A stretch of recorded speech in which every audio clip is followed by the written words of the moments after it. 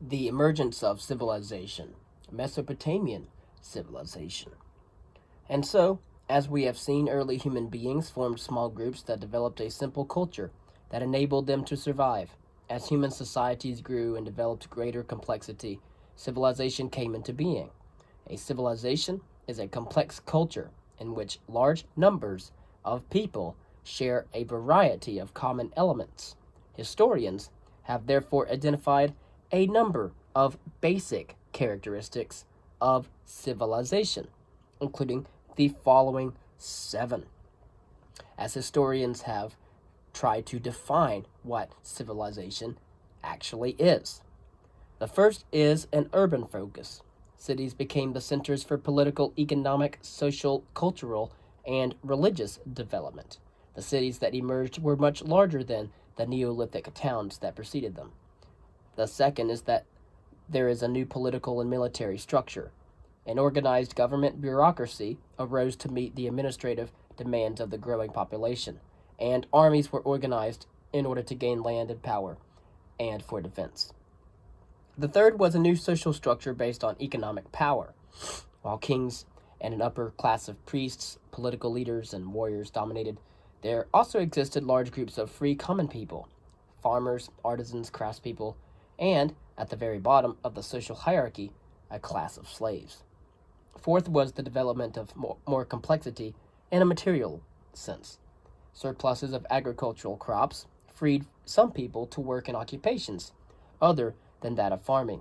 Demand among ruling elites for luxury items encouraged the creation of new products, and as urban populations exported finished goods in exchange for raw materials from neighboring populations, organized trade and bartering grew substantially. Fifth is that a distinct religious structure is present. The gods, or spirits, were deemed crucial to the community's success, and a professional priestly class serving as stewards of the gods, property, regulated relations with the gods. Sixth would be the development of writing itself, as kings, priests, merchants, and artisans used writing in order to keep records. And then we have new and significant artistic and intellectual activity. For example, monumental architectural structures, usually religious, that have occupied a prominent place in urban environments. And so we see that we have an urban focus, new political and military structures, the social structure based on economic power, a development of more complexity in materialistic senses, a distinct religious structure, a development of writing or writing system, and new and significant artistic and intellectual activity. So, early civilizations around the world. Well, the first civilizations that developed in Mesopotamia and Egypt will be examined in detail. But civilizations also developed independently in other parts of the world. Between 3000 and 1500 BCE, the valleys of the Indus River Valley in India supported a flourishing civilization that extended hundreds of miles from the Himalayas to the coast of the Arabian Sea. We will discuss that later. Two major cities, Harappa and Mohenjo-Daro, were at the heart of this advanced civilization, which flourished for hundreds of years.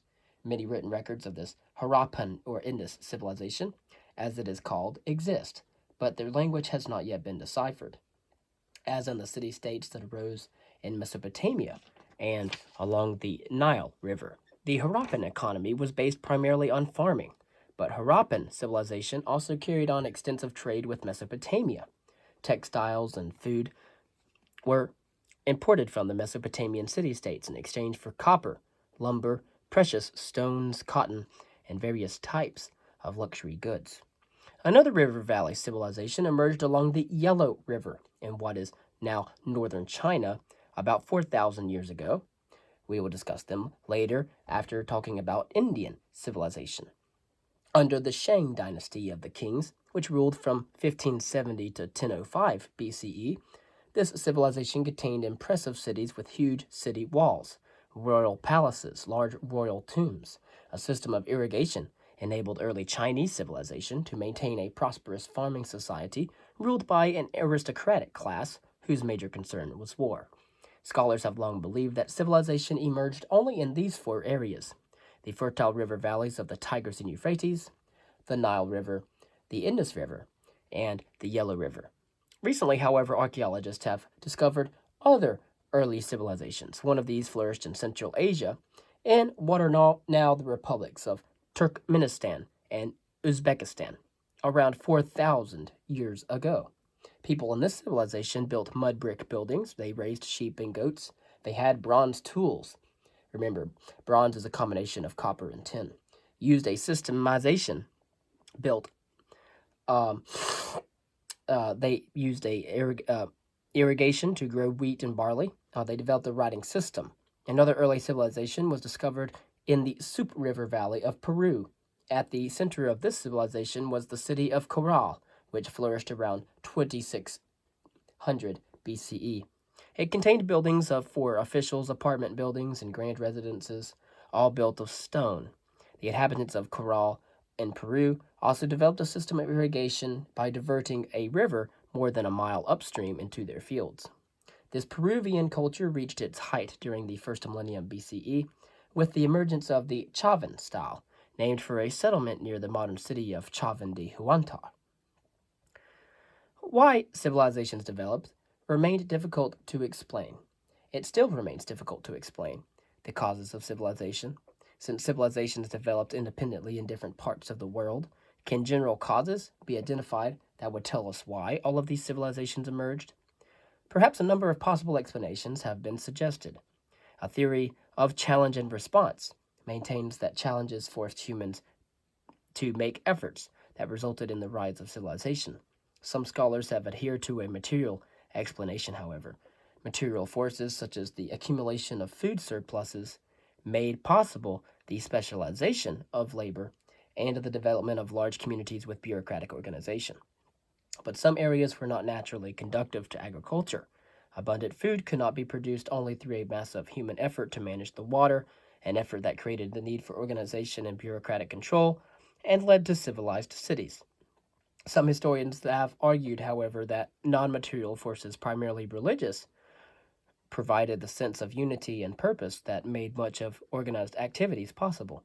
Finally, some scholars doubt that we are capable of ever discovering the actual causes of early civilizations. The Greeks called the valley between the Tigris and the Euphrates rivers Mesopotamia, the land between the rivers. The region receives little rain, but the soil of the plain of southern Mesopotamia was enlarged and enriched over the years by layers of silt deposited by the two rivers. In the late spring, the Tigris and Euphrates overflow their banks and deposit their fertile silt. But since this flooding depends upon the melting of snows in the upland mountains where the rivers begin, it is irregular and sometimes catastrophic. In such circumstances, farming could be accomplished only with human intervention in the form of irrigation and drainage ditches. A complex system was required in order to control the flow of the rivers and produce the crops. Large-scale irrigation made possible the expansion of agriculture in this region, and the abundant food provided the material base for the emergence of civilization in Mesopotamia. The city-states of ancient Mesopotamia. The creators of the first Mesopotamian civilization were the Sumerians, a people whose origin remains unclear. By 3000 BCE, they had established a number of independent cities in southern Mesopotamia, including Eridu, Uruk, Umma, and Lagash. As the cities expanded in this Mesopotamian region of the Fertile Crescent, they became to exercise political and economic control over the surrounding countryside, forming city-states which were the basic units of Sumerian civilization. The Fertile Crescent encompassed land with access to water. Employing food management and irrigation systems, the peoples of the region established civilizations based on agriculture. These civilizations developed writing, law codes, and economic specialization. And of course, you have in this place, you have Phoenicia, Palestine, you have places like Akkad and Sumer, as well as smaller city-states like Babylon, Umma, Uruk, and Eridu. You have also Ashur, Nineveh, Elba, Tyre, Jericho, and Jerusalem. And over to the west in Asia Minor, Catalhuluk. And over to the northwest, we have Iran near the Caspian Sea. To the south, we have the Syrian desert and the Arabian desert. Sumerian cities were surrounded by walls. Uruk, for example, was encircled by a wall 6 miles long with defense towers located every 30 to 35 feet. City dwellings built of sun-dried bricks, including both the small flats of peasants and the larger dwellings of the civic and priestly officials. Although Mesopotamia had little stone or wood for building purposes, it did have plenty of mud. Mud bricks, easily shaped by hand, were left to bake in the hot sun until they were hard enough to use for building. People in Mesopotamia were remarkably innovative with mud bricks, inventing the arch and the dome, and constructing some of the largest brick buildings in the world. Mud bricks are still used in rural areas of the Middle East today. The most prominent building in a Sumerian city was the temple, which was dedicated to the chief god or goddess of the city, and often built atop a massive stepped tower called a ziggurat. The Sumerians believed that the gods and goddesses owned the cities, and much wealth was used to build temples as well as elaborate houses for the priests and priestesses who served the deities. Priests and priestesses who supervised the temples and their property had great power. In fact, historians believe that in the formative stages of certain city-states, priests and priestesses may have had an important role in governance. The Sumerians believed that the gods ruled the cities, making the state a theocracy. A theocracy, of course, is a government by a divine authority. Actual ruling power, however, was primarily in the hands of worldly figures known as kings. And so here we have the introduction of the divine rights of kings, that the kings develop their right to rule by the deities themselves. And then we have the Sumerians. Their view of kingship as divine in origin. Kings, they believed, derived their power from the gods. This is called kingship, and they were the agents of the gods. As one person said in a petition to his king, quote, "You in your judgment, you are the son of Anu, god of the sky. Your commands, like the word of a god, cannot be reversed. Your words, like the rain pouring down from heaven, are without number." End quote. Regardless of their origins, kings had power. They led armies and organized workers for their irrigation projects, on which Mesopotamian farming depended. The army, the government, bureaucracy, and the priests and priestesses all aided the kings in their rule, befitting their power. Sumerian kings lived in large palaces with their wives and children. And so, in terms of economy and society, the economy of the Sumerian city-states was primarily agricultural, but commerce and industry became important as well. The people of Mesopotamia produced woolen textiles, pottery, and metalwork. The Sumerians imported copper, tin, and timber in exchange for dried fish, wool, barley, wheat, and metal goods. Traders traveled by land to eastern Mediterranean in the west and by sea to India in the east. The introduction of the wheel, which had been invented around 3000 BCE by nomadic people living in the region north of the Black Sea, led to carts with wheels that made the transport of goods easier. Sumerian city-states probably contained 4 major social groups: the elites, dependent commoners, free commoners, and slaves. Elites included royal and priestly officials and their families. Dependent commoners included the elite's clients who worked for the palace and the temple estates. Free commoners worked as farmers, merchants, fishers, scribes, and craftspeople, and probably 90% or more of the population were farmers. Slaves, however, belonged to palace officials who used them in building projects, to temple officials who used mostly female slaves to weave cloth and grind grain, and to rich landowners who used them for agricultural and domestic work. As far as empires in ancient Mesopotamia is concerned, as the number of Sumerian city-states grew and the states expanded, new conflicts arose as city-state fought city-state for control of land and water. The fortunes of various city-states rose and fell over the centuries. The constant wars with their burning and sacking of cities left many Sumerians in deep despair, as is evident in the words of this Sumerian poem from the city of Ur. Ur is destroyed, bitter is its lament. The country's blood now fills its holes like hot bronze in a mold. Bodies dissolve like fat in the sun. Our temple is destroyed. The gods have abandoned us like migrating birds. Smoke lies on our city like a shroud. Sargon's Empire. Located in the flat land of Mesopotamia, the Sumerian city-states were also open to invasion. To the north of the Sumerian city-states were the Akkadians. We call them a Semitic people because of the type of language they spoke. Around 2340 BCE, Sargon, leader of the Akkadians, overran the Sumerian city-states and established a dynastic empire. Sargon used the former rulers of the conquered city-states as his governors. His power was based on the military, namely his standing army of 5,400 men. Sargon's empire included all of Mesopotamia as well as lands westward to the Mediterranean, inspired generations of Near Eastern leaders to emulate his accomplishment. Even in the first millennium BCE, Sargon was still remembered in chronicles as a king of Akkad who had no rival or equal, spread his splendor over all the lands, and crossed the sea in the east. In his 11th year, he conquered the western land to its furthest point and brought it under his sole authority. Attacks from neighboring hill peoples eventually caused the Akkadian Empire to fall, and its end by 2100 BCE brought a return to independent city-states and the conflicts between them. It was not until 1792 BCE that a new empire came to control much of Mesopotamia under Hammurapi, who ruled over the Amorites, or Old Babylonians, a large group of Semitic-speaking semi-nomads.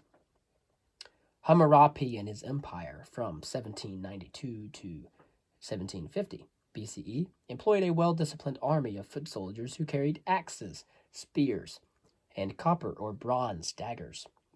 He learned to divide his opponents and subdue them one by one. Using such methods, he gained control of Sumer and Akkad, creating a new Mesopotamian kingdom. After its conquest, he called himself, quote, the son of Babylon, the king who was made the four quarters of the world subservient, end quote, and established a new capital at Babylon.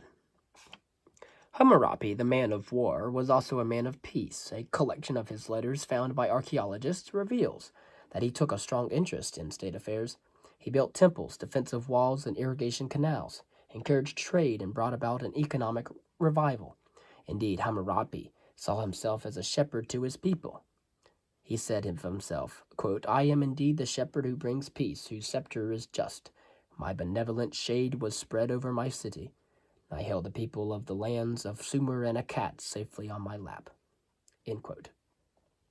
After his death, however, a series of weak kings were unable to keep Hammurapi's empire united, and it finally fell to new invaders. We'll now examine the Code of Hammurapi and society in Mesopotamia. Hammurapi is best remembered for his law code, a collection of 282 laws, although many scholars today view Hammurapi's collection less as a code of laws and more as an attempt by Hammurapi to portray himself as the source of justice to his people. The code still gives us a glimpse of the Mesopotamian society of his time. The Code of Hammurapi reveals a society with a system of strict justice. Penalties for criminal offenses were severe and varied according to the social class of the victim. A crime against a member of the upper class or a noble by a member of the lower class, a commoner, was punished more severely than by the same offense against a member of the lower class. And again, we have the nobles and the commoners, and moreover, the principle of an eye for an eye and a tooth for a tooth was fundamental to this system of justice. This meant that punishments should fit the crime. If a freeman has destroyed the eye of a member of the aristocracy, they shall destroy his eye. And that was the Code of Hammurapi, number 196.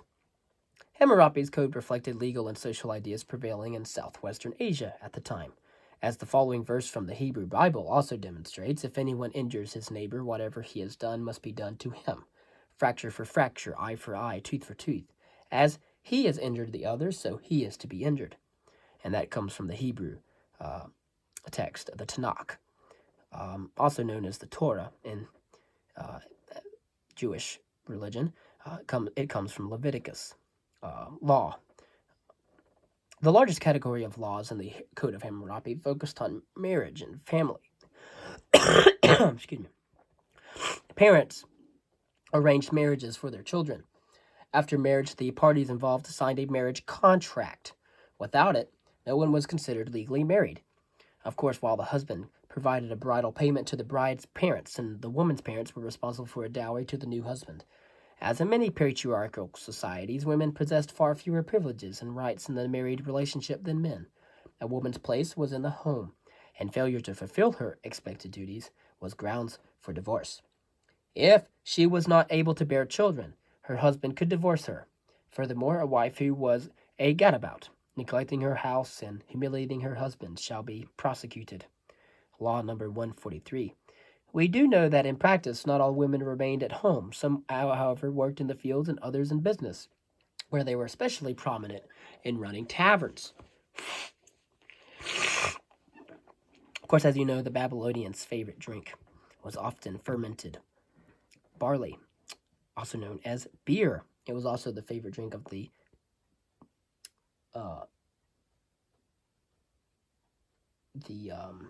Philistines. Women were guaranteed some rights, however. If a woman was divorced without good reason, she received the dowry back. A woman could seek a divorce and get her dowry back if her husband was unable to show that she had done anything wrong. In theory, however, a wife was guaranteed the use of her husband's legal property in the event of his death. A mother could also decide which of her sons would receive the inheritance.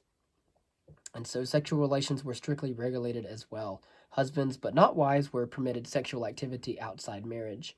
A wife and her lover caught committing adultery were pitched into the river, although if the husband pardoned his wife, the king could pardon the guilty man. Incest was strictly forbidden. In this culture, if a father had incestuous relations with his daughter, he would be banished. Incest between a son and his mother resulted in both being burned. Fathers ruled their children as well as their wives. Obedience was duly expected. If a son has struck his father, they shall cut off his hand. That is law number 195. If a son committed a serious enough offense, his father could disinherit him, although fathers were not permitted to disinherit their sons arbitrarily. The culture of Mesopotamia was a spiritual worldview and a fundamental importance to Mesopotamian culture.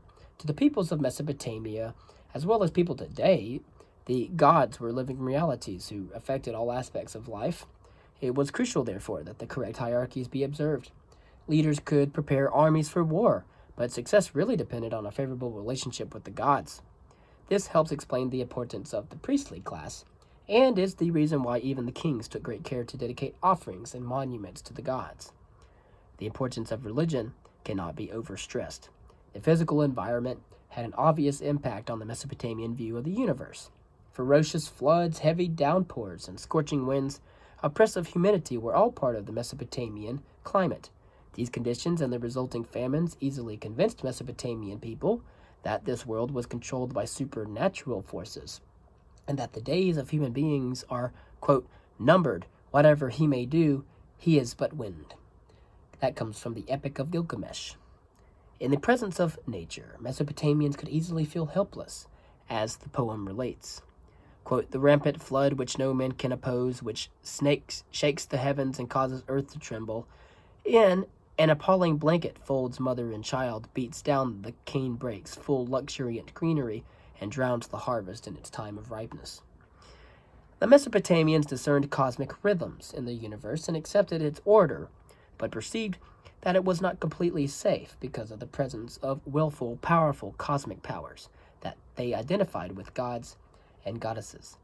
With its numerous gods and goddesses animating all aspects of the universe, Mesopotamian religion was a form of polytheism, and as we shall see, in desert cultures we do see more monotheistic cultures, with those that are in more the rainforest and areas of that nature. It tends to be a little bit more polytheistic, but in the desert, typically cultures tend to be more monotheistic. But in these early cultures, most of them were polytheistic. The four most important deities were An, god of the sky, and hence the most important force in the universe; Enlil, god of wind; Enki, god of the earth, rivers, wells, and canals, as well as inventions and crafts; and Nin-Hur-Saga, a goddess associated with soil, mountains, and vegetation, who came to be worshipped as a mother goddess, a mother of all children, who manifested her power by giving birth to kings and conferring the royal insignia on them. Human relationships with the gods were based on subservience, since according to Sumerian myth, human beings were created to do the manual labor the gods were unwilling to do for themselves. Moreover, humans were insecure because they could never predict the gods' actions, but humans did attempt to relieve their anxiety by discovering the intentions of the gods through divination. And so we have the gods of the Mesopotamian Sumerians. We have On, Enlil, Enki, and Ninhursag. And so they discovered the intentions of the gods through divination. Divination took a variety of forms. A common form, at least for kings and priests who could afford it, involving killing animals, such as sheep or goats, and examining their livers or other organs. Supposedly, features seen in the organs of the sacrificed animals foretold events to come, and thus one handbook states that if the animal organ has a shape of an X, the outcome of the military campaign will be Y. The Mesopotamian arts of divination arose out of the desire to discover the purposes of the gods. If people could decipher the signs that foretold events, the events would be predictable and humans could act wisely. And then we have the cultivation of writing and science. The realization of writing's great potential was another aspect of Mesopotamian culture. The oldest Mesopotamian texts date to around 3000 BCE and were written by the Sumerians, who used what was called a wedge-shaped system of writing, which is also known as cuneiform. Using a reed stylus, they made wedge-shaped impressions, literally cuneiform, on clay tablets, which were then baked on or dried in the sun. Once these tablets were dried in the sun, these tablets were virtually indestructible, and the several 100,000 that have been found so far have been a valuable source of information for modern scholars on Mesopotamian civilization, including the Sumerians. Sumerian writing evolved from pictures of concrete objects to simplified and more stylized signs, leading eventually to a phonetic system that made possible the written expression of abstract ideas. Of course, Mesopotamian peoples used writing primarily for record keeping, but cuneiform texts were also used in schools, which were set up to teach the cuneiform system of writing. The primary goal of scribal education, however, was to produce professionally trained scribes for careers in the temples and the palaces, the military, and the government service. Pupils were male and primarily from wealthy families. Writing was important because it enabled a society to keep records and maintain knowledge of previous practices and events, even if the majority of the population were illiterate. Writing also made it possible for people to communicate ideas in new ways, which is especially evident in the most famous piece of Mesopotamian literature, which we have mentioned briefly, the Epic of Gilgamesh. It was an epic poem that records the exploits of a legendary king of Uruk. Gilgamesh, wise, strong, and perfect in body, part man and part god, befriends a hairy beast named Enkidu. Together they set off in pursuit of heroic deeds. When Enkidu dies, Gilgamesh experiences the pain of mortality and begins a search for the secret of immortality. But his effort fails. Gilgamesh remains mortal. The desire for immortality, one of humankind's greatest searches, ends in complete frustration. For everlasting life, as this Mesopotamian epic makes clear, is only for the gods. Mesopotamians also made outstanding achievements in mathematics and astronomy, and so although we see the idea that man is mortal and the gods are immortal finds its resting place in the ancient world of Mesopotamia, including that of the Sumerians. But Mesopotamians also made outstanding achievements in mathematics and astronomy. In math, the Sumerians devised a number system based on 60, which is where we get ours from. They used combinations of 6 and 10 for practical solutions. Geometry was also used to measure fields and erect buildings. It was improved upon in the Greek times, in Babylonian, Persian, and Greek times, as well as the Egyptians, which we will mention later. But mostly the Mesopotamians used mathematics in order to build buildings and measure fields. So in astronomy, the Sumerians made use of units, and they used units of 60 and charted the heavenly constellations. The Sumerian calendar was based on 12 lunar months and was brought into harmony with the solar year by adding an extra month from time to time. Next, we will talk about the Egyptian civilization.